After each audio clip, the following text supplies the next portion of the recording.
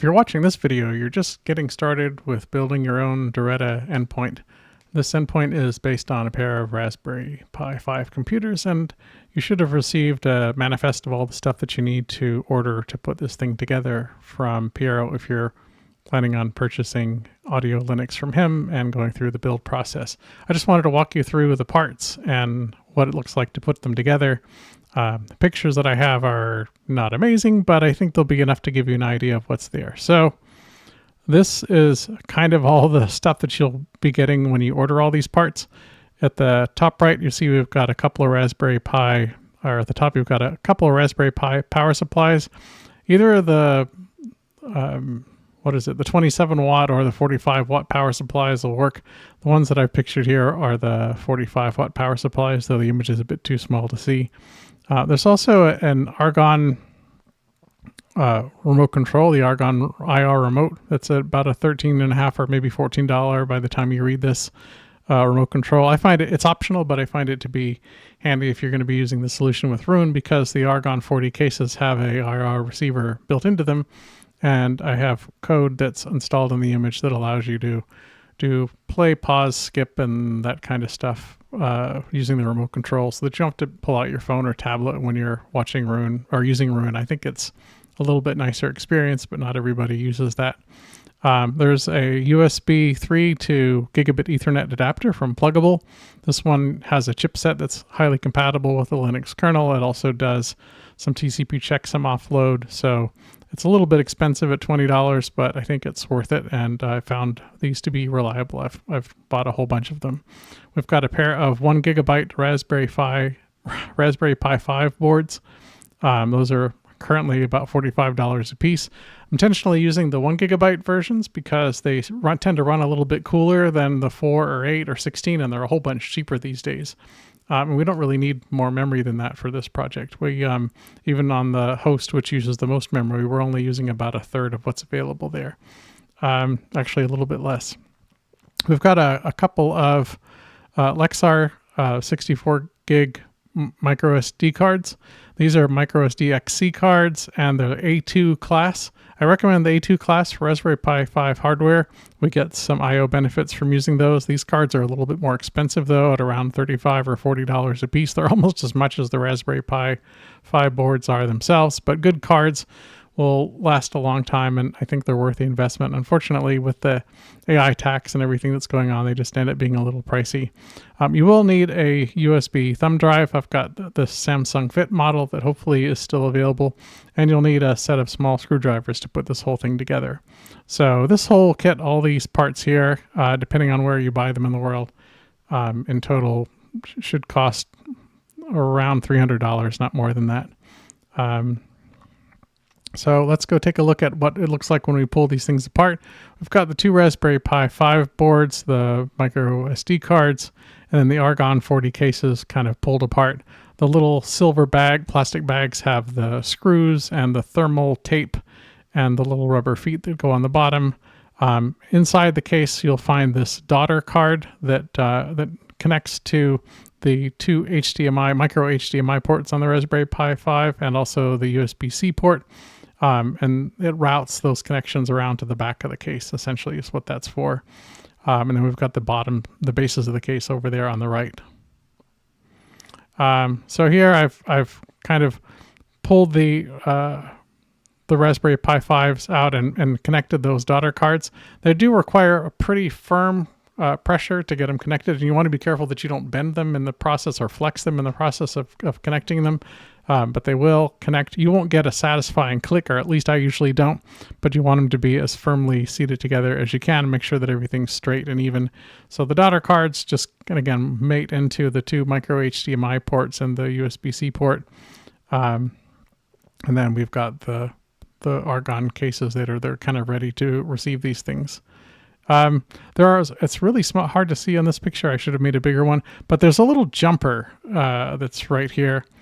And pins 1 and 2, that's where the default jumper position is.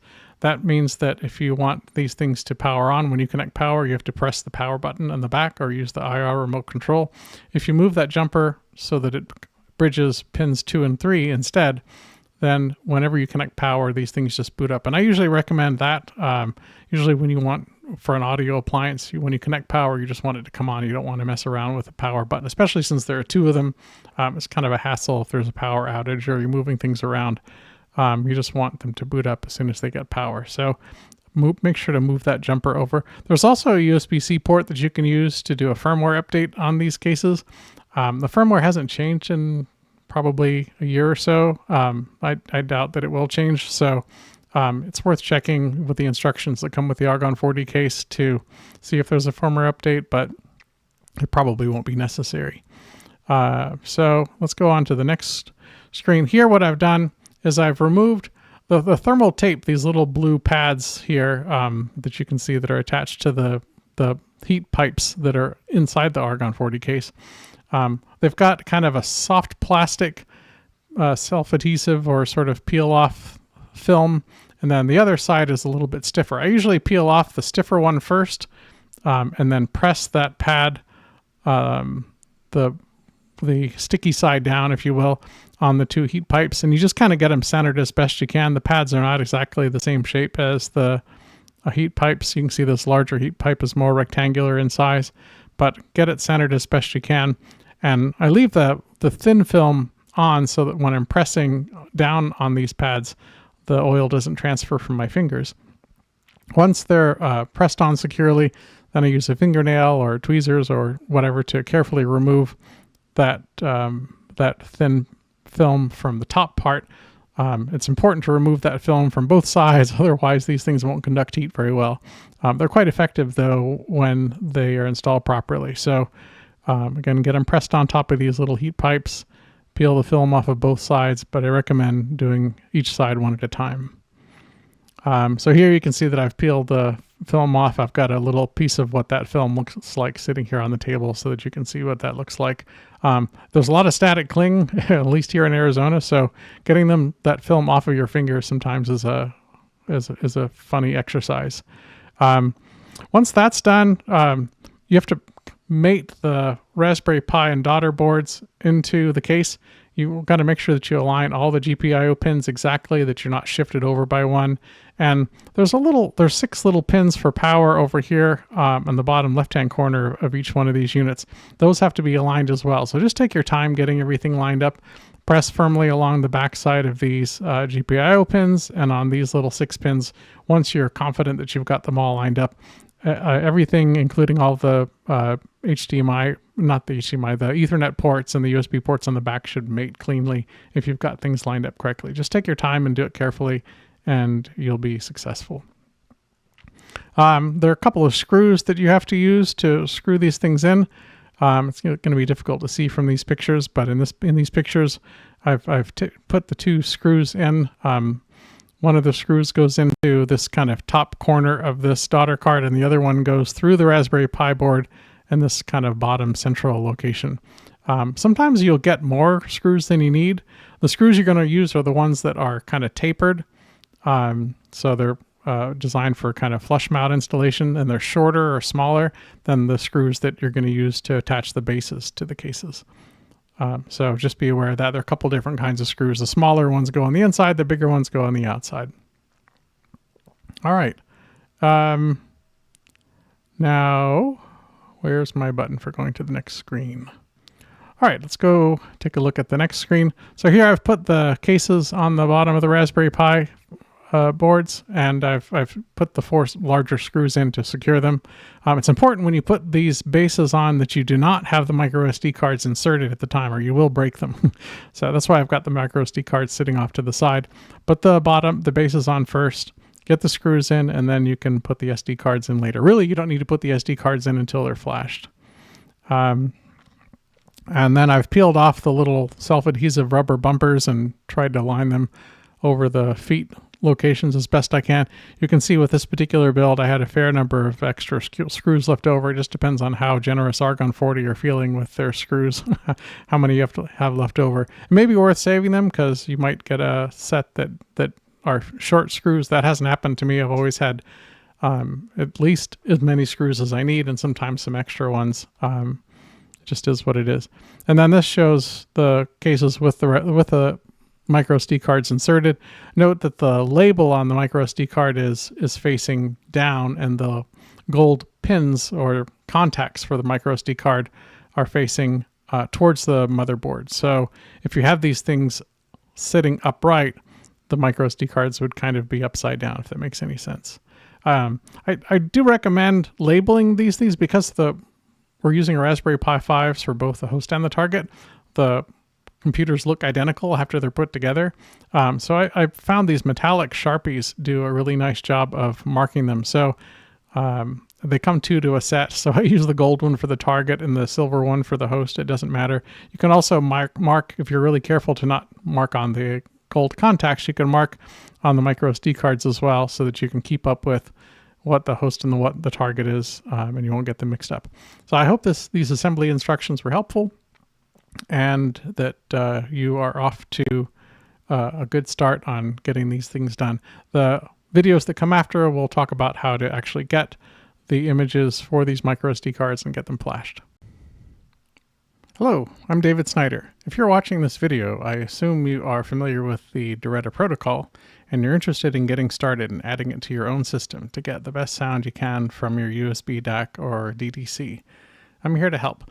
I'm going to walk you through an interesting way to do this that doesn't involve or assume that you actually have a Windows or Mac OS computer handy.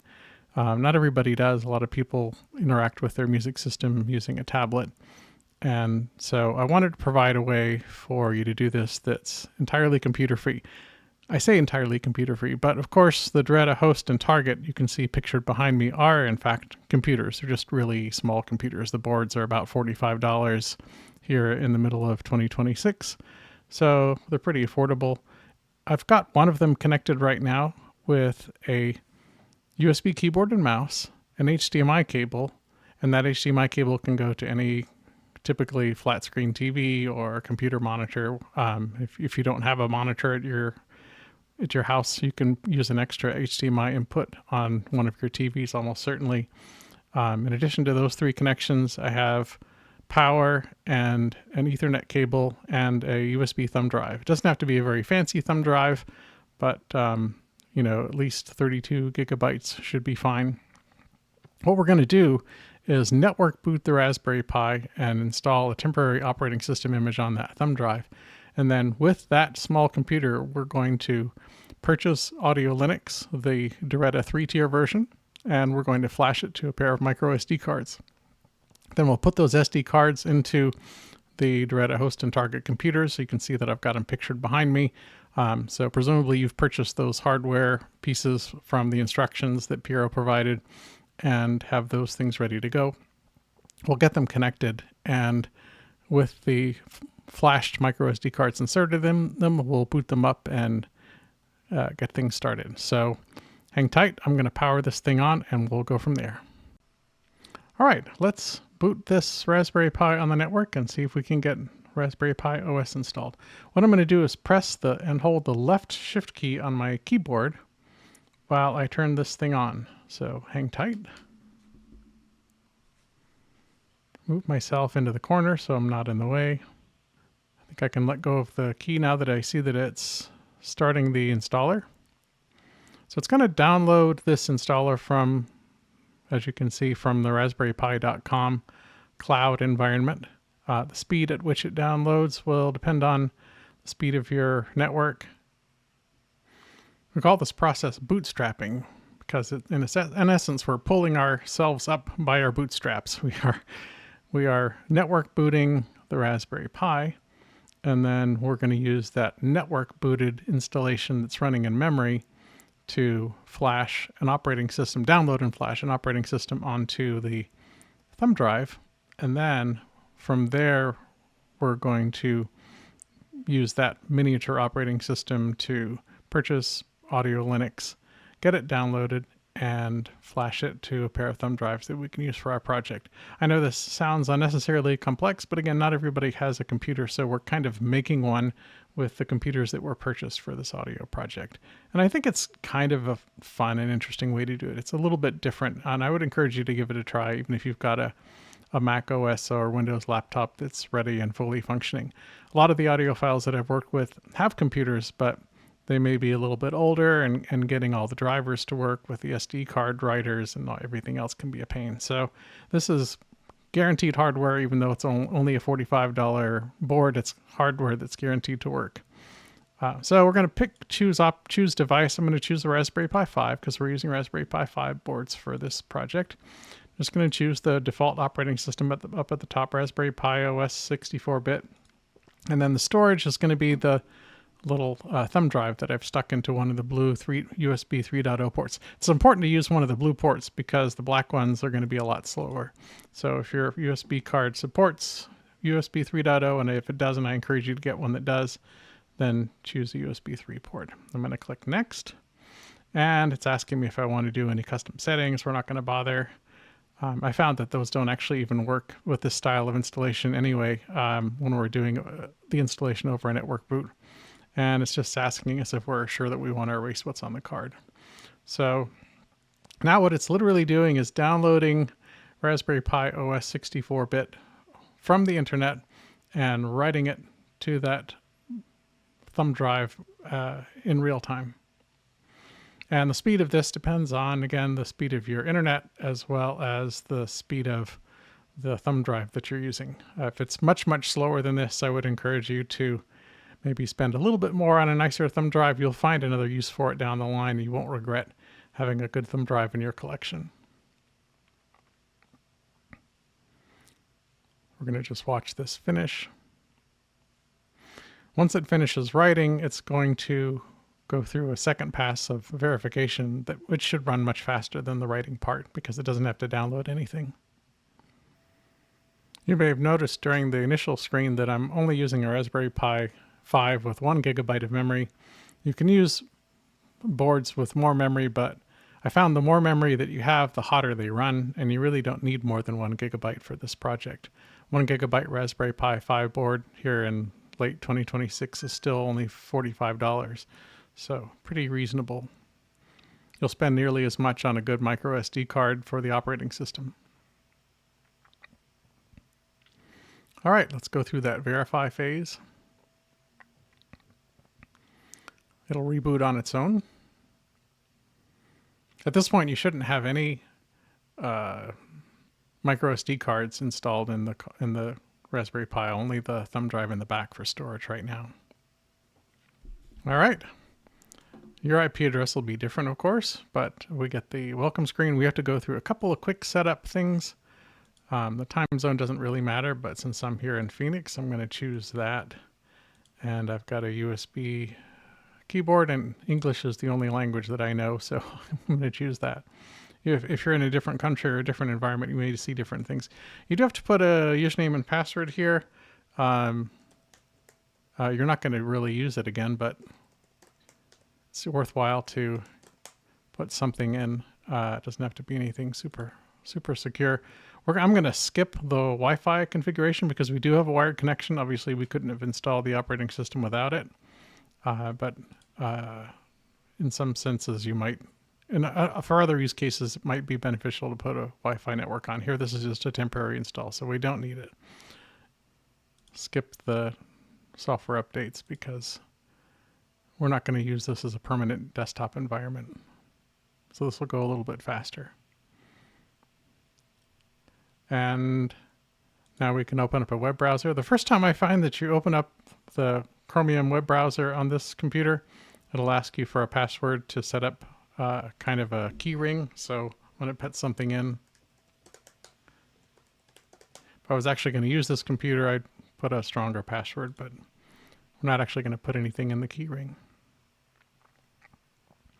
And there we have a little computer, $45 computer that's running a web browser, and we can now go to AudioLinux.com. It's audio-linux.com, probably you've been already. And we'll scroll down a little bit to buy AudioLinux. And you've got a couple of options. We don't need to do that right now. We've got a couple of options here. You could buy the AudioLinux Raspberry 3 tier with 1 year of email support and image updates, or you can buy the unlimited. You can always upgrade to the unlimited from the 1 year. So for folks just getting started, if you're just kind of kicking the tires on this thing, I recommend the 1 year subscription. If you're highly confident that you're going to use this, you can do the unlimited. Which you choose is really not critical. And then this is a PayPal button here. I think it's in Italian, but you probably recognize the color. So you would click that and then log into your PayPal account or get one set up if you don't have one already. I'm not going to go through that whole flow here because I don't want you to see all of my PayPal information, but you would go through that. And then what will happen next is you'll get an email from PRO acknowledging the purchase. And then sometime later, it could be up to 24 hours later, but it's usually faster than that.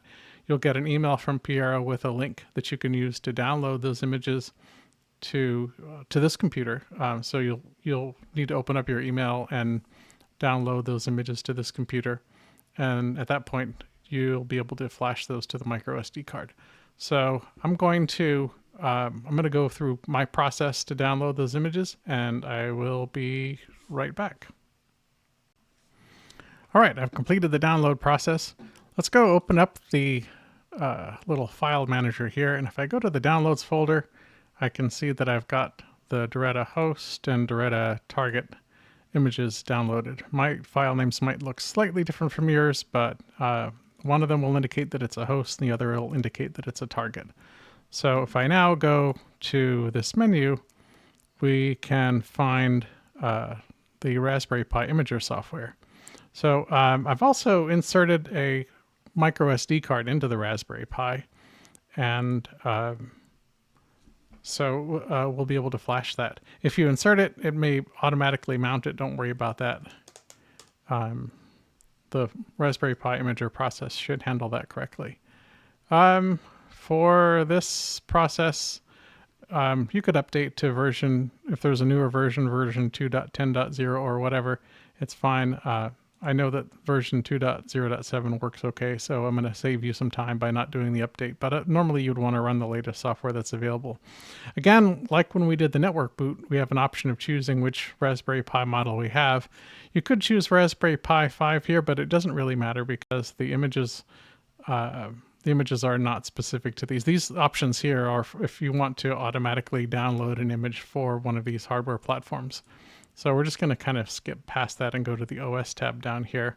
If we scroll all the way to the bottom, there's a Use Custom option. And from there, we can go to the Downloads folder that was over on the left. And then we've got a host and a target choice. I'm going to flash the host first, and then I'll flash the target next. So we're just going to open the host image. And we'll go Next. And then it says use the internal SD card reader. So I'm going to do that. That's the SD card that I put in the front. If you don't see this, maybe pull out and reinsert the micro SD card. Make sure that you've got it inserted correctly as well. The little gold pins on the micro SD card, they're quite small. I don't know if you'll be able to see, but the little gold pins, those face the underside of the Raspberry Pi board. So if you're holding the Raspberry Pi board right side up, the micro SD card kind of goes in upside down.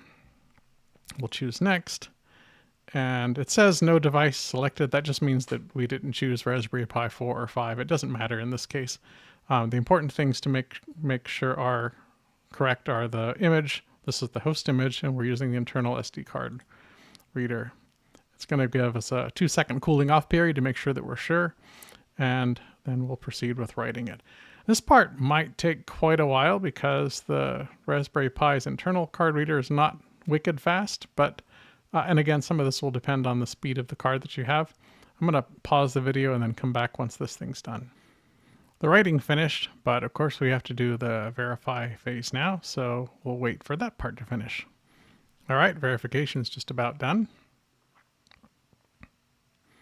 All right, we've got our host card finished, so I'm going to click the Finish button here. Let me get the right mouse. And we will repeat the process for the target. I'm going to pull out the host card now and set it aside, and then I will insert the micro SD card for the target, and we'll repeat the process. All right, I've inserted the card, and as you can see, it's telling me that there's this removable media thing. I didn't show this before. We can just say OK here and get out of this thing. And we just want to eject that card so that it's clean. I think the Raspberry Pi imager will do that for us automatically, but just in case, eject the card before you get too far along. And again, we're going to go to Accessories and launch Raspberry Pi imager. And then if it asks for a password, you'll use that password that you used to set up your account initially. We'll skip the update, and I'll choose Raspberry Pi 5 just for fun, and then scroll down here to show that you can do it that way as well. We're going to use custom. We're going to go to downloads, and this time we're doing the target image. So we'll open that, and again, we're going to choose the internal SD card reader. This will show up only if there's a card inserted correctly in that card slot, which of course there is. So we will now write that card. We get a 2-second cooling off period. We say, yes, I understand. And then the process will continue. And then I'll pick back up once this finishes. All right, the verification step is almost finished with this unit. And then we will be done with this little Raspberry Pi operating system as well. So you can just remove the power, or you can go up here and do a shutdown to shut it down cleanly. The next step is going to be inserting the host SD card into the host computer, the target into the target. We're going to connect the onboard network interfaces on the two computers using a single cable. It's that gray cable in the picture behind me here that I'm using. So we're going to connect those two directly, the onboard network interfaces directly with a single network cable. We're going to use a USB to Ethernet adapter on the host. That's this computer to my right and your left. We're going to connect that to one of the blue USB ports, and then connect the network cable that we've been using this whole time to that. And then we'll connect a USB DAC or a DDC to one of the black USB ports on the target computer. Once we've got all those connections completed, we'll connect power to the host and the target and wait for them to boot up on the network. I'll have my tablet ready with the Roon UI open so that we can see the Diretta host showing up. Hopefully it will show up, and then we'll get it configured in Roon as an endpoint. So hang tight, let me make these physical connection changes, and we'll go from there.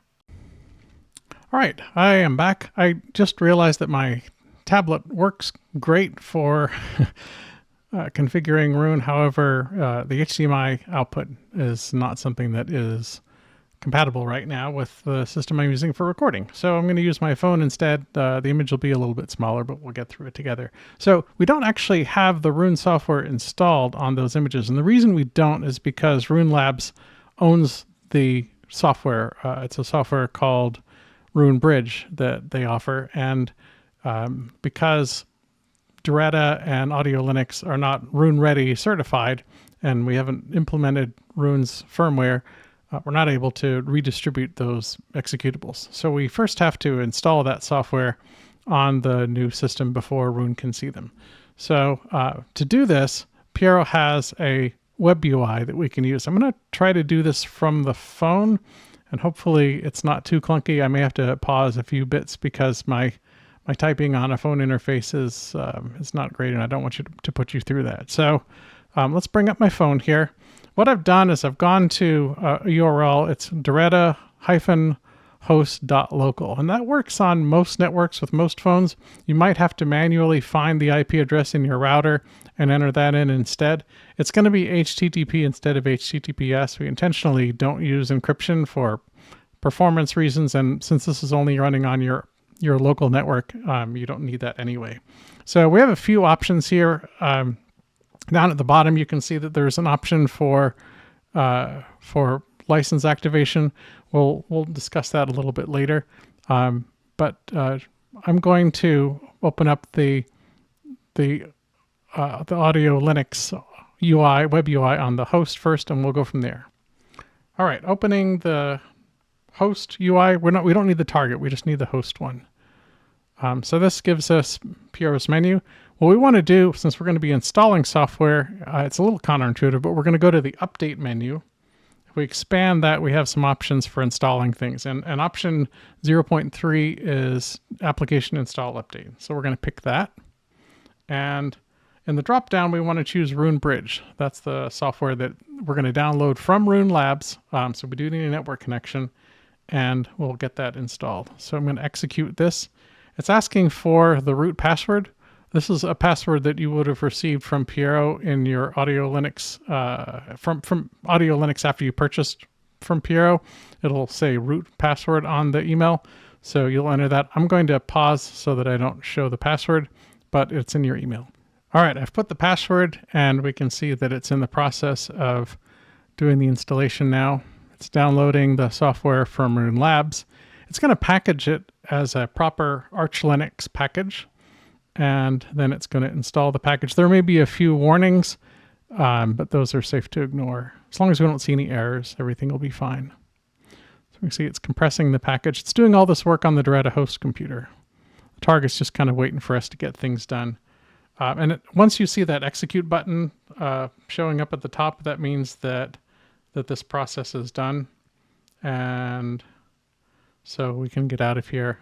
I haven't done this on a phone before, so let me try rotating and see if that gives me, let me try rotating and see if that gives me, let me just go back. We need to be able to get to the menu again. Looks like if you just hit the back button or go backwards with your swipe, however you've got your phone configured, you can get back to the menu. So we have Roon Bridge installed.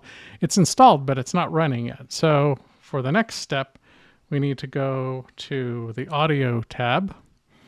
And if we do show audio services and click execute, it'll show us what services are running. And we see that we have Diretta running, but we don't see Roon Bridge anywhere. So let's go back to that menu again under the audio tab, and we're going to choose Roon Bridge enable disable. Now that we know that it's a toggle, and now that we know that Roon Bridge is not running, we'll click this button and execute to get it running. And we can see now that it has started Roon Bridge and it's enabled. So if we go back to that menu, show audio services, execute, we will see that Roon Bridge is running and it's enabled. So now we should be able to find it in the Roon app. Let's find out if that actually works. So I'm going to go to Roon. I'm going to click the little hamburger menu at the top and then the gear. And then I'm going to scroll over to audio. Uh-oh, lost my connection. Hang on a sec. All right, I'm back. So I'm going to scroll over to the audio tab. My phone's a little bit dark because it's a Pixel. And the Roon UI shows up as a little bit dark on the Pixel for some reason. I'm going to pick on audio. And then if we scroll down here, I've got a lot of devices, but we can see this new device is showing up. It's called Diretta-host. So that matches what we put in the URL for the web UI. And it shows target app limited. It's limited because we haven't purchased the Diretta full license yet, but we're going to go ahead and click on enable, and you can put in a name. I've enabled this one before, so that's why it's pre-populated with the word Diretta. If you don't have a name for it, I recommend using either Diretta or naming it, as I've done for a lot of these other zones, after which room or part of the house the zone is in. That way other family members can figure out what you're doing. We're going to click the gear, and we're going to check on a few settings here just to make sure that things are good. The DAC that I have it connected to supports native DSD, so I'm going to leave it set to native there. And then my DAC supports is an MQA decoder and renderer, so I'll pick that. But if that's not the case, you could choose whichever option is appropriate. For volume control, since I'm using a downstream amplifier that has an external volume control, I'm not using the DAC as volume control, I'm going to set it fixed. And I usually recommend that you use fixed anyway, if you possibly can. There's some settings under Show Advanced that we want to change, but for those settings to fully populate, we have to click Save now. So I'm going to do that, click the gear again, and go back in. If I scroll down and click Show Advanced, we have max sample rate. It's detecting what the DAC is capable of, but I'm going to set it to 48 kilohertz because we don't have the full Diretta license yet. I can play higher sample rates than 48 kilohertz without the full Diretta license, but playback will be limited to 6 minutes. After 6 minutes, playback will stop until we reboot. It's set up like that so that you can evaluate the capability and make sure that it works with your hardware. But looks like it's time for me to start getting dinner on. You can test and make sure the capability works before you spend the €100 to buy the full Diretta license. And likewise, I'm going to set DSD to a lower rate also, though it doesn't matter for this particular case. And then I usually turn MQA chord decoder on, although MQA is not much of a going concern these days. And I set force max volume to playback start. This isn't consequential for AudioLinux because Piero doesn't use the OS mixer, but it's a general good practice for Raspberry Pi based endpoints. So I just always enable that. Now I can go and pick the Diretta zone from my pick list here. I've got way too many zones. And then we'll go through and we'll set up a couple of other options. I'll just show you the ones that I typically use. I'm a big fan of volume leveling. I set it to auto with a target of -18 LUFS. This is something that a good friend Bob Katz told me is a good target, and I found that it works pretty well for just about every kind of music. So I'm going to do that. And then under DSP settings, there are a number of different options you could choose. I've configured something that I call Diretta Limited because it basically turns on sample rate conversion for all rates above 48 kilohertz. Anything that is even multiple of 44.1 kilohertz is downsampled to 44.1, including all the DSD rates. And anything that is even multiple 48 kilohertz, it downsamples to 48 kilohertz. And this is just so we can evaluate a little bit longer without hitting that 6-minute limit. And then once we verify that we like the sound and that everything works, you can spend €100 to license the target. And then headphone EQ is optional, but I have it turned on for the headphone brand that I have connected to the computer. So, and then the last thing that I'll typically do is go to the queue, and I want to make sure that Roon Radio is disabled. This is just a personal preference, but if I want Roon to start picking what music I'm going to listen to, I want that to be an explicit choice rather than a default.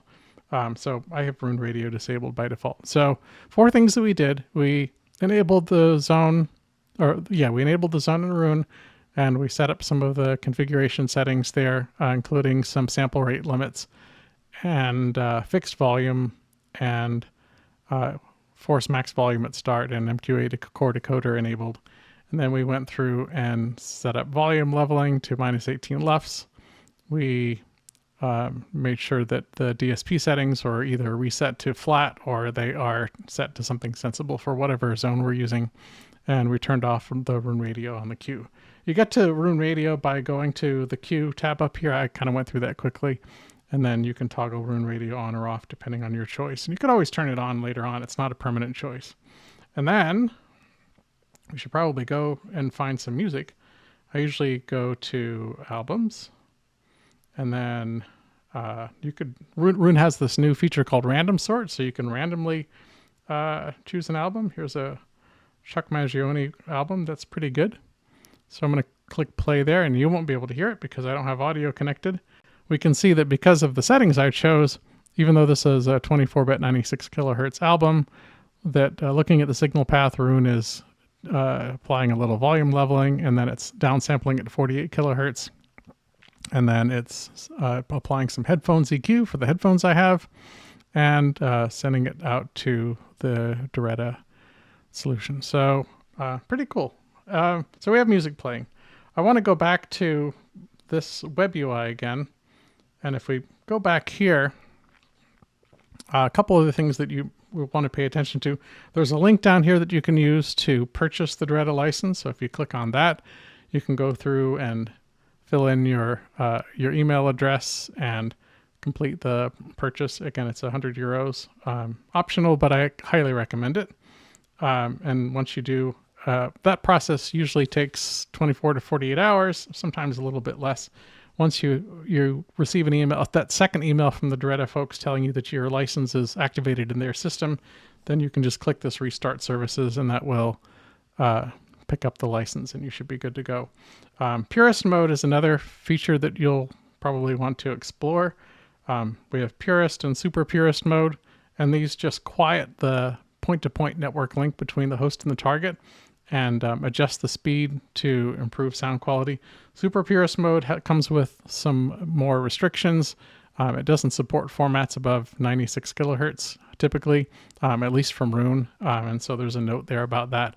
32-bit 96 kilohertz is not possible. I have had some people report to me that using protocols other than Roon's RAT, they can play 24-bit 192 kilohertz, but it's limited to whatever a 10 megabit per second link can carry. Almost everybody who's tried this tells me that this sounds better, so it's worth exploring.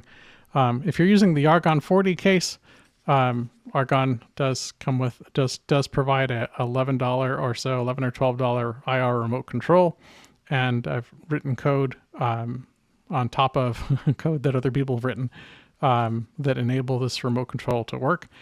To get it to work, you just have to make sure that the zone that you're using matches what Roon thinks the zone is. So, and this name has to be unique, of course.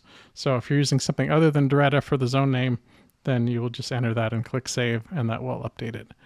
So that is pretty much the entire process. So we've bootstrapped this thing without using a computer or a laptop. We've only... I've got notifications enabled on my phone. We only had to use the $45 Raspberry Pi to do the entire process. So I hope that you found this helpful. If you've got any questions, you can use my contact information, and I'll be happy to answer them. Thank you for your time and attention.